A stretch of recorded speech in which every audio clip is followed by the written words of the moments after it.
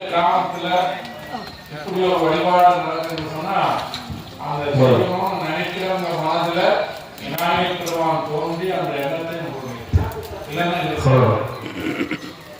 அங்க பெரிய நகரங்கள் எல்லாம் பெரிய செல்வந்தர்கள் இருப்பாங்க, சொன்ன எல்லாம் கொடுக்குறாங்க செய்யலாம். ஆனா இந்த கிராமத்துல இவ்வளவு ஒரு மூர்த்தி சிறுதானாலும் கீர்த்தி தரிசனம் சொல்லக்கூடிய வகையில இவ்வளவு சிறிய கோயிலாக இருந்தாலும் பழமை மாறாத அந்த கோயிலில் இவ்வளவு ஒரு பெரிய வழிபாடு நடக்குது சொன்னால் அது திருவள்ளுவர் துணை இல்லாமல் செய்ய முடியாது. செல்வம் எத்தனை தான் இருந்தாலும் எத்தனை தான் திட்டம் போடுறோம். உண்மையிலேயே இப்போ வரும்போது நமக்கு ஒரு செய்தி வந்தது. நம்ம வர மாசிகள் 7ஆம் நாள் இதே போல கோயம்புத்தூர் வேலை செய்யலாம். பெரிய செல்வங்கள் இருக்கிற சொன்னாங்க கோயில் ரொம்ப அற்புதமாக பண்ணியிருக்காங்க. சென்ற ஆண்டு தான் அது இதே முதலாவது சென்ற ஆண்டு தான் விவசாயம் நடந்தது. தையல் நாயகி மூலமாக வைத்தீஸ்வரர் பெருமானுடைய திருக்கோவில் பெரிய செலவில் பண்ணியிருக்காங்க. அடுத்த வாரம் அங்கே இதே போல பெரிய சத்தியோகம் நடக்குது. அது நம்ம சத்தியம் கொடுத்தா செய்யப்படும் அப்படி செய்யலாம். அதே போல அதே தேதியில இங்கே வடநாட்கடல் மாவட்டத்தில் கங்காதேஸ்வரர் கோயில் 12 ஆண்டுகளுக்கு முன்னால அது பெரிய சுவாமி 63 நாயன்மார்கள் மற்றும் சுத்த தெய்வங்கள் பெருமாள் பெரிய கோயில். அதில் திருமலையாட்டு நம்ம திருமலையில தான் நடந்தது. அதற்கு இப்பொழுது புதிதாக 63 நாயன்மார்கள் பஞ்சலோகமூர்த்தி ஐம்பொன் சிலைன்னு சொல்லுவாங்க. அந்த உற்சவமூர்த்திகளை செய்து வர 7ஆம் தேதி திருமலையாட்டு அதோடு கூட அந்த அமரர்கள் எல்லாம் ஒரு அறக்கட்டளை வச்சிருக்காங்க. எங்கே சிவாலயம் நடக்கிறதோ அங்கே அவங்களால முடிஞ்ச பொருட்களை செய்வதற்கு ஒரு அமைப்பு வச்சு அது இதுவரைக்கும் 1000 கோயிலுக்கு வைத்திருக்கிறார். பெரிய செல்வந்தர்கள் பெரிய ஏற்பாடு பத்திரிகையே பெரிய பத்திரிகை போட்டிருக்காங்க. பத்திரிகைலாம் வந்துருச்சு. இப்போ நான் வரும்போது இங்கே சேலத்துக்கு மட்டும் வரும்போது அலைபேசி மூலமாக கூப்பிட்டாரு. நான் எப்போ வரீங்க என்ன விசாரிப்பாளர்னு சொல்லி நான் வந்ததான் அப்படியே நேரத்துக்கு வருவாங்க சொன்னோம். எல்லா சாமிகளும் கொங்கு நாட்டிலிருந்து சாமிகள் தருமபுரம் திருவாரூரம் இப்படி எல்லா சாமிகளும் அழைச்சிருக்காங்க.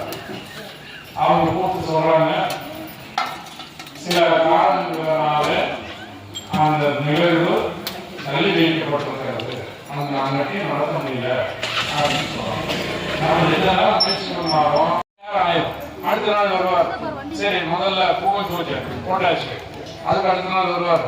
பேஸ்மெண்ட் எடுத்தாச்சு, பாவங்கள் போட்டாச்சு, பேஸ்மெண்ட் போட்டாச்சு, அடுத்தது நிலவுகள் போகிறோம், எல்லாம் வேலை முடிஞ்சது. இதுல இன்னொரு ஆச்சரியம் என்னன்னா இதே போல அந்த நாட்டை ஆண்ட மன்னர் இதே போல சிவபெருமானுக்கு ஒரு கோயில் கட்டணும் மன்னர் ஆச்சு. தனியாக உத்தரவு போட்டாங்க, ஆளுக்கு வந்தாங்க, நிலத்தை அளந்தாங்க. இதெல்லாம் வெளிப்படையே நடக்குது. போட்டாங்க, பூஜை போட்டாங்க, கோயில் கட்டினாங்க, எல்லாம் ஆயிடுச்சு. இவர் எப்படி பண்றாரோ அதே மாதிரி அங்க வெளிப்படையா நடக்குது. நீங்க மனசுல வெளியில இல்ல. எல்லாம் முடிஞ்சது. அரசியல் ஜோதிடர்கள் எல்லாம் கூப்பிட்டு சத்திய சந்திரசேகரன் ராஜசேகர் எல்லாத்தையும் கூப்பிட்டு இந்த மாதிரி இத்தனாம் தேதி இத்தனை மணிக்கு திருப்புல நீராட்டு பண்ணணும், எத்தனை குண்டம் போடலாம் அப்படின்னு எல்லாம் கணக்கு போட்டு எல்லாம் பத்திரிகையெல்லாம் போட்டாச்சு, எல்லாம் பண்ணியாச்சு. அதே நேரத்தில் பூசல நாயனார் மனசுலயே நினைக்கிறார். அதே சத்திய ராஜசேகர் எல்லாம் கூப்பிட்டு என்ன வைக்கலாம் என்ன காலம் 2 நேரம் தேதி ஒரு நிமிஷம் கூட முன்னப்பில் இல்லை. அதே தேதி அதே நேரம் அதே நாள் அதே மாதிரி வழிபாடு குண்டங்கள் எல்லாம் நடந்தது, எல்லாம் முடிஞ்சது. அந்த இரவு சிவபெருமான் அரசருடைய கனவுல போய் நாளை நான் பூசலனார் மனதினாலே கட்டிய கோயில் புகுவோம் அப்படின்னா அங்க போவோம். ஆகையினால உன்னுடைய இதையை நீ மாற்றி வைத்துக் கொள் அப்படின்னு மன்னருடைய கனவுல போய் சிவபெருமானே சொல்றாரு. அப்ப எப்படி இருந்திருக்கு பாருங்க. நாளைக்கு பூசல நாயனார் மனதால அமைத்த கோவில் நாம் போவோம். ஆகினாலும் இங்க வர முடியாது. சிவபெருமான் நினைச்சா வர முடியாது. அவர் எங்கும் நிறைந்திருக்கிறவர், வர முடியாது. ஆகையினால நான் மாற்றி வச்சுட்டோம் செய்தியை. இந்த காலத்துல வந்து அரசு எம்எல்ஏ கிட்ட போய் ராஜசேகரே அவரையும் கூப்பிட்டு எம்எல்ஏ கூப்பிட்டு நாளைக்கு நீங்க நம்ம வீட்டில் பூஜை வந்து செஞ்சிருங்க அப்படின்னு சொன்னா இன்னொன்று உடனே வந்து ஐயா சொல்லுவாங்க, ஐயா நாளைக்கு கொஞ்சம் மோசமா இருக்கு, அடுத்த நாள் வச்சுக்கலாமா, ஏன்னா எம்எல்ஏ கூப்பிட்டாரு ஏதாவது வில்லங்கம் வந்து அப்படின்னு சொல்லிடுவாங்க. அப்படி இல்லை, மன்னர்கிட்ட போய் சிவபெருமா நாளை நான் வரமாட்டோம், பூசலனார் கோயிலுக்கு போறோம் அப்படின்னு சொன்ன உடனே அரசன் பயந்துட்டார். உடனே காலையில் இருந்துச்சு பூச